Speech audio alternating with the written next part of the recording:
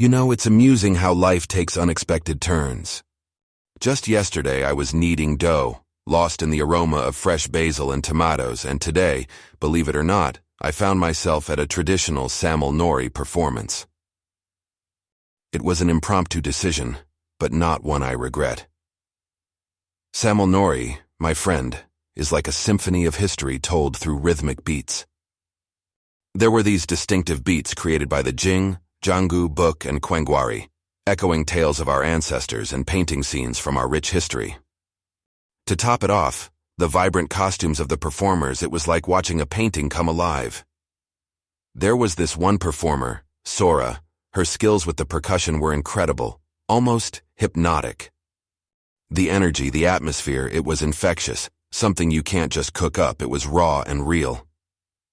Speaking of getting real, Yuna suggested we take a dive this week, explore some new sights off the East Sea. I could almost taste the saltwater on my lips, imagine the vibrant colors of the corals. If anyone knows diving spots, it's Yuna. It's funny how Juwan instantly linked it back to food. Who else could think of cooking dishes themed around sea cucumbers, right? But hey, I might just take it up as a challenge. Incidentally, Yuna even suggested a cucumber gelato for dessert. Maybe I ought to try my hands at that too, huh? Cucumber gelato, paired with a side of salmon nori. Now that's a combo you wouldn't see on just any other menu. Anyway, I told Yuna and Juwan about the salmon nori performance, and they're all pepped up now, want to join in next time. Juwan even added it to his bucket list. It's heartening, you know, to see friends appreciate your experiences and show a willingness to explore. Isn't it amazing how diverse our interests are, and yet they somehow resonate, align, and bring us together?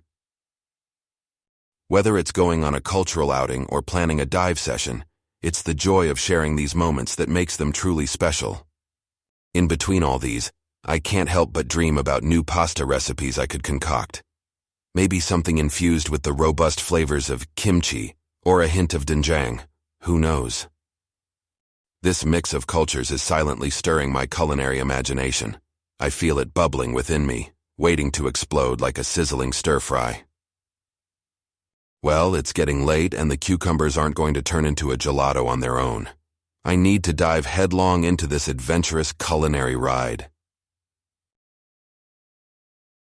You know what's funny? Today I decided to pull off a little experiment at home and combined my love for cooking with tech.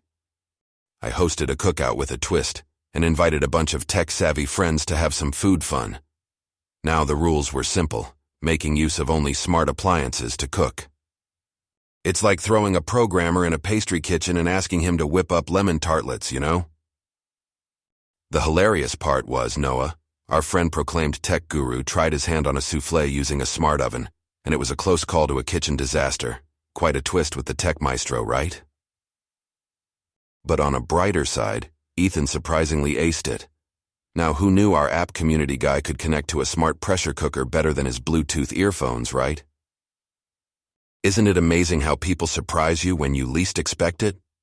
This brings me to our last messages. You know the crazy things we talked about. A smart fridge that automatically orders your favorite ingredients, an underwater drone for exploring underwater cuisine. I can't help but laugh thinking about it. Although I must admit, Juwan's idea of Atlantean sushi did tickle my fancy.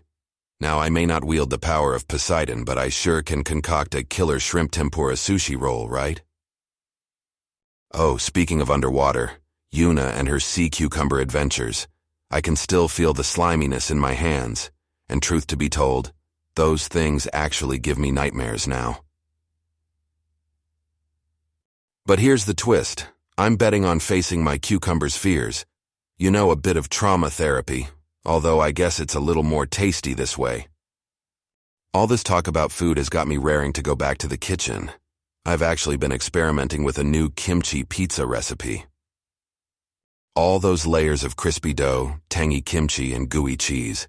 It's an eruption of flavors waiting to happen, like a perfectly baked lasagna. I was thinking, maybe Juwan and Yuna should join in for the taste test. After all, there's nothing more fun than seeing Juwan's anticipatory expression right before the first bite, and Yuna's nod of approval after the food dance. Oh hey, Did I mention that I've been considering incorporating a bit of a tech twist in the restaurant too? I think with today's successful experiment, the fantasy might just turn into a reality sooner than I thought. Isn't it amazing how sometimes the silliest ideas turn out to be the most rewarding? So today I had the idea of blending my love for cooking with my woodworking skills.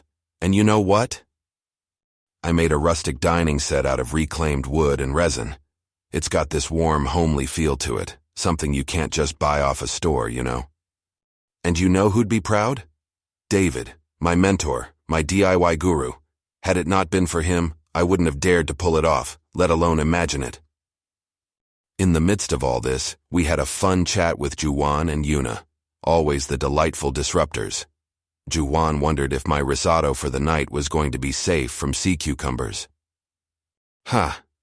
They both had their share of teasing when I mentioned about my rustic dining set.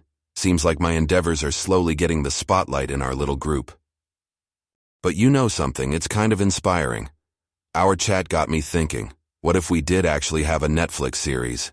The Carpenter Climber Chef. Sounds catchy, right? Juwan could code the promotional website, and Yuna, like the mermaid she is, could bring in her majestic underwater world. Jokes apart, it's fascinating how we're all just a whirlpool of crazy talents and hobbies, and yet, we've somehow found a way to blend all of it into the best concoction. Oh, by the way, you remember Juwan's book Crisis? He asked for a sci-fi book suggestion, so I pitched him Dune. That book's incredibly immersive, you know. The desert planet literally comes alive in your mind. Felt like I was actually exploring Arrakis while still in the comforts of Seoul. Well, let's see if Juwan survives the sandstorms or ends up being chased by sandworms. Reflecting upon the day, I couldn't help but notice how caught up we are in our passions.